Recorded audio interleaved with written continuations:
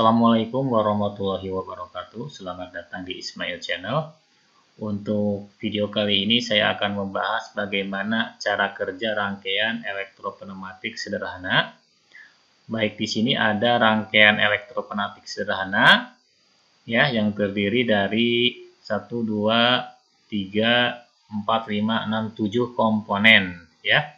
Nah, sebelum kita membahas cara kerjanya, saya akan bahas dulu mengenai simbol-simbol atau komponen-komponen yang ada di rangkaian ini. Yang pertama di sini ada S1.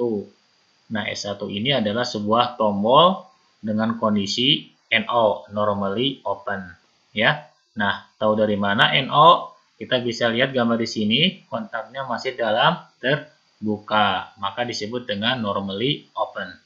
Nah, kemudian di sini ada K1. K1 ini merupakan sebuah relay, ya. Kemudian di sini juga ada K1, ya, sama-sama K1. Apa perbedaannya? Nah, pada dasarnya K1 yang ini dengan yang K1 yang di sini itu adalah satu paket, ya. Cuman perbedaannya, kalau K1 di sini itu dalamannya itu ada lilitan, sedangkan ini adalah platnya, ya. Nanti kita akan bahas. Kemudian di sini ada SV, solenoid valve. Di sini juga ada solenoid valve. Sama dengan yang K1 ini, solenoid valve yang di sini dengan yang di sini, yang di katup ini, itu merupakan satu paket, ya. Satu paket, cuma di gambarnya saja, di rangkaiannya itu dia terpisah. Ya. Kenapa satu paket? Karena valve ini itu diaktifkan dengan cara dialiri oleh arus listrik, sama halnya dengan relay, gitu ya. Nah, di sini juga ada lilitannya nih. Kalau di sini ada kontak pergeseran posisi si katup itu sendiri. Nah, kemudian yang di bawah ini adalah service unit. Kemudian yang segitiga kecil ini adalah kompresornya. Kemudian yang ini adalah silinder kerja tunggal. Nah, sekarang bagaimana cara kerja dari rangkaian ini? Baik, kita simak. Kita start dulu. Ya. Nah, di sini ada warna biru. Yang warna biru itu dia artinya udara bertekanan, ya. Jadi pada saat udara bertekanan ini keluar dari kompresor masuk ke service unit, kemudian dia masuk ke katup, maka udara yang bertekanan tadi itu masih belum menggerakkan si batang piston. Kenapa? Karena katupnya itu dalam posisi normally close, ya. Nah, barangkali di sini ada yang bingung. Apa perbedaan normally close, normally open di katup dengan normally close dan normally open itu di tombol maupun di katup? Baik, kita bahas dulu yang pengertian normally open, normally close di katup. Pengertian normally close di katup itu artinya udara yang masuk itu tidak keluar. Kenapa? Karena udaranya terblokir seperti yang digambar di depan ini nih. Ya, jadi udara yang keluar dari service unit itu tidak bisa keluar dari katup karena posisinya normally close. Close itu artinya udara terblokir sehingga udara tidak keluar, ya. Nah, itu pengertian normally close di katup. Nah, sedangkan normally close yang ada di tombol maupun di kontak itu seperti ini. Nah, seperti ini. Itu normally close. Kalau normally close pengertiannya di tombol maupun di kontak, maka dia akan terhubung, ya. Jadi arus akan mengalir dari satu titik ke titik yang lain. Begitu juga yang K1, ya. Oke.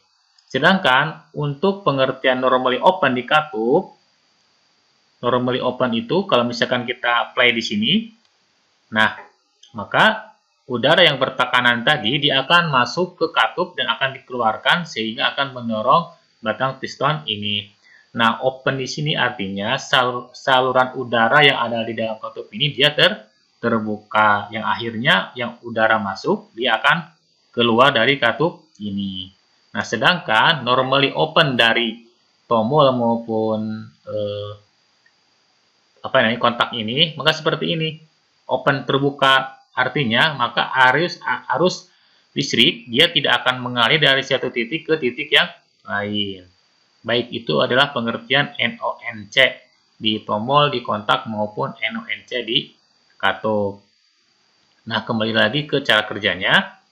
Jadi pada saat tombol ini ditekan, lihat yang warna merah ini, warna merah ini adalah arah aliran listrik.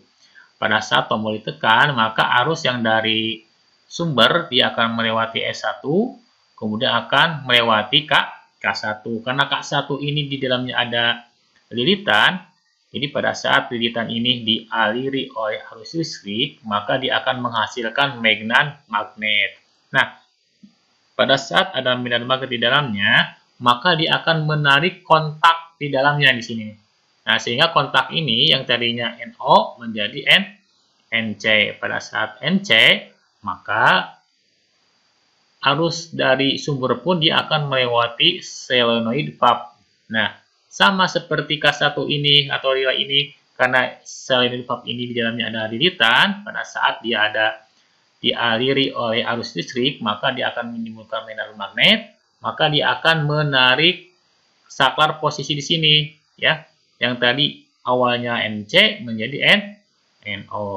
Nah, pada saat katup ini pindah posisi dari NC ke NO, maka udara yang tadi dia akan dikeluarkan melewati katup 3/2 ini, nah, sehingga dia akan masuk ke silinder kerja tunggal dan akan mendorong batang piston ke keluar, ya.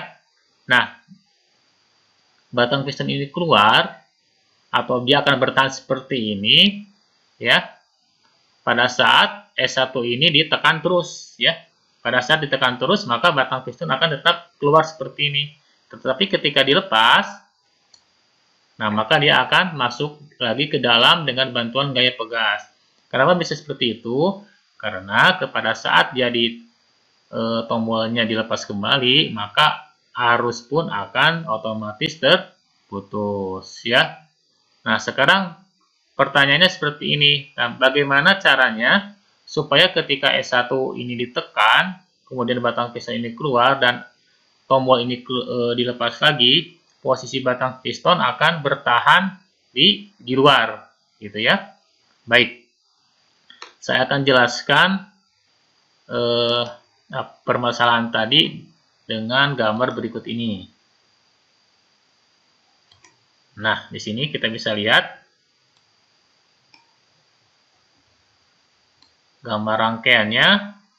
Nah, di sini ada penambahan lagi komponen. Yang pertama itu ditambahkan lagi sebuah tombol lagi, ya. Ada tombol 1, tombol 2. Nah, perbedaannya kalau misalkan tombol 1 dia normally open, tombol 2 normally close. Kemudian kontak-kontaknya itu ditambahkan. Sekali lagi, ini di sini ada kontak K1, kontak K1 juga. Kemudian di sini ada relay K1. Sekali lagi, ini adalah satu paket, ya. Jadi dalam relay itu ada beberapa kontak.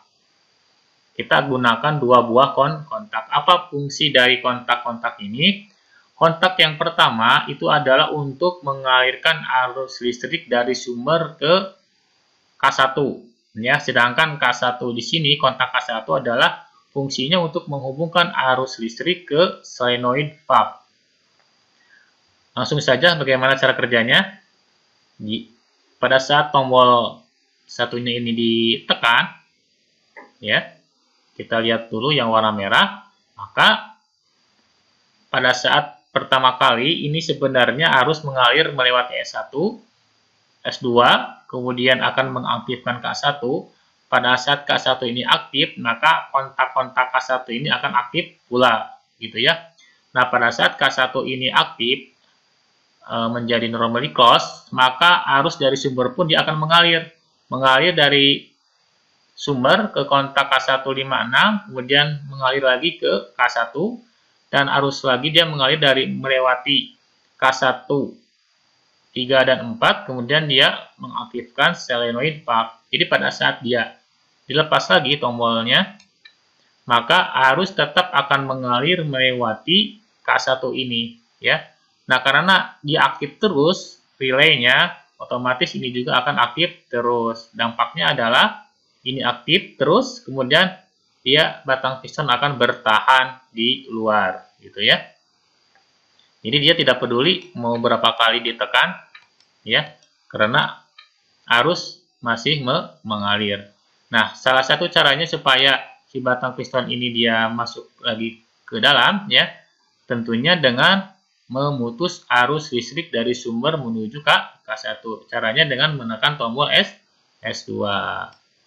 Baik, seperti ini. Jadi ketika arus listriknya itu terputus, maka K1 dan solenoid valve maka tidak akan nonaktif. Akhirnya batang piston akan masuk kembali. Baik, barangkali itu cara kerja rangkaian elektromagnetik sederhana. Baik, nah untuk kali ini saya akan mempraktekkan apa yang saya bahas tadi di penjelasan sebelumnya. Nah, ini sebelum kita bahas atau kita saksikan bagaimana cara kerja di realnya, saya akan perkenalkan dulu beberapa komponen elektropneumatik. Yang pertama, ini adalah power supply switching dengan tegangan 24 volt DC. Jadi 24 volt DC itu biasanya tegangan standar di industri ya, yang banyak digunakan di industri. Kemudian ini ada push button ya. Nah, push button ini dia memiliki dua kondisi. Kondisi yang pertama dia normally close, kita bisa lihat di sini kontaknya tertutup, dan yang kedua adalah kondisi terbuka, normally open, dia kontaknya terbuka. Dia memiliki dua kondisi, NO, NC. Kemudian komponen yang berikutnya adalah silinder kerja tunggal. Nah, ini posisinya vertikal ya. Nah, ciri-cirinya kalau misalkan secara fisik silinder kerja tunggal itu dia memiliki ini lubangnya ada satu ini. Kalau yang ganda dia di sini kanan kiri ya. Kemudian yang berikutnya adalah komponennya, ini katup. Ini katup 3/2. Saya akan perjelas. Nah, ini katup 3/2 solenoid valve. Nah, jadi katup ini diaktifkan menggunakan sumber listrik ya. Dia sumber listriknya dia AC 220 volt AC. Nah, di penjelasan yang sebelumnya dia solenoid valve-nya menggunakan tegangan 24 volt DC ya. Nah, ini seperti ini katup 3/2 solenoid valve-nya yang diaktifkan dengan sumber tegangan 220 volt AC. Kemudian yang berikutnya lagi ini ada relay. Nah, ini relay ya, ada dua buah relay yang saya tadi bahas. Saya akan perjelas lagi. Nah, seperti ini penampakannya ya. Ini dua buah relay, kita sorot aja relay yang paling atas. A1, A2 ini merupakan lilitannya. Kemudian di sini ada lubang 1, 3, dan 4. 2, 5, dan 6 ini merupakan kontak-kontaknya. Jadi ini satu paket ya di dalamnya itu. Oke, yang lubang 1, lubang 3 itu dia normally close. Lubang 1 dan lubang 4 dia normally open. Kita bisa lihat di sini ya. Oke, lubang 5 terhadap lubang 2 dia normally close, dan lubang 2 terhadap lubang 6 adalah normally open. Kemudian yang berikutnya lagi ini service unit. Nah, ini service unit. Kemudian yang terakhir adalah ini kompresornya ya. Jadi ini yang menghasilkan udara hampa ini. Nanti udara hampa ini akan dialirkan ke sini. Ya, nanti disaring udaranya. Apabila ada kotoran-kotoran, di sini ada semacam filter, oli, dan ini gauge regulator yang untuk mengatur tekanan udaranya. Ya, kemudian dia akan masuk ke ke katup. Baik, sekarang bagaimana cara pengkabelannya? Cara pengkabelannya pertama, nah ini pertama, positif 12 volt DC dia masuk ke push button normally open ya. Nah, kenapa normally open? Karena nanti cara kerjanya ketika ditekan tombol ini, maka si batang piston dia akan keluar. Jika dia dilepas, dia akan masuk kembali ya. Oke, dari yang 24 volt DC masuk ke lubangnya push button yang atas, kemudian yang lubangnya satu lagi dia dihubungkan ke lilitan ya, ke relay A1. Nah, lilitan ini sama, dia membutuhkan konsumsi 24 volt DC ya, seperti ya ini bisa kita lihat 24 volt DC. Kemudian dari A2 ujung lilitan satunya lagi dia dihubungkan ke, nah ini dia ke groundnya. Oke, ke negatif sumber tegangan ya. Nah, kemudian untuk yang kontaknya, nah ini yang kontaknya ya. Kontaknya kita bisa runut dari sumber tegangan AC. Nah, ini dari MCB. Ini dari beban ya, anggap aja ini beban. Kemudian dia masuk ke, nah ini ke sel unit valve-nya. Ini dari beban ya, anggap aja ini loadnya. Kemudian yang sel unit valve satunya lagi, dia masuk ke kontak nomor 6, normally open. Kemudian yang satunya lagi masuk ke lubang 2 dan dia terhubung ke, nah ini ke netral begitu ya. Nah, baik, sekarang untuk instalasi udaranya, nah ini dari kompresor ya. Nah, ini kompresor nanti masuk ke service unit. Kemudian dari keluaran service unit dia masuk ke lubang masukannya katup. Nah, ini ada P ya. P ini lubang masukan, R lubang pembuangan, dan A adalah keluaran ya. Jadi dari output service unit dia masuk ke lubang masukannya katup. Kemudian dari lubang keluarannya katup dia masuk ke lubang silinder kerja tunggal. Nah, sekarang kita akan lihat bagaimana cara kerjanya. Nah, baik, kita sudah terhubung ke kompresor, kemudian ini AC-nya sudah dihubungkan, tinggal kita aktifkan MCB-nya. Oke. Kemudian kita tekan tombol push button-nya, apa yang terjadi. Oke. Ya, ini anginnya kurang, saya akan perbesar dulu tekanan barnya. Oke, ini ada. Oke, sip. Ditekan, dia keluar. Nah, ini selama tombolnya ditekan terus, maka posisi batang piston akan bertahan ya, keluar ya. Ketika dilepas, nah dia akan masuk kembali. Tekan.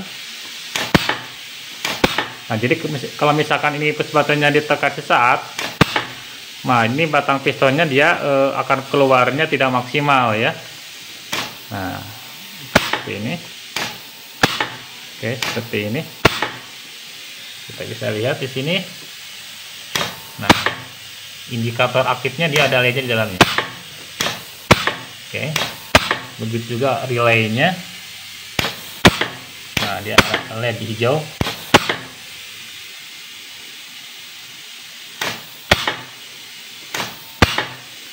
Baik, itu cara kerja dari rangkaian elektropneumatik sederhana.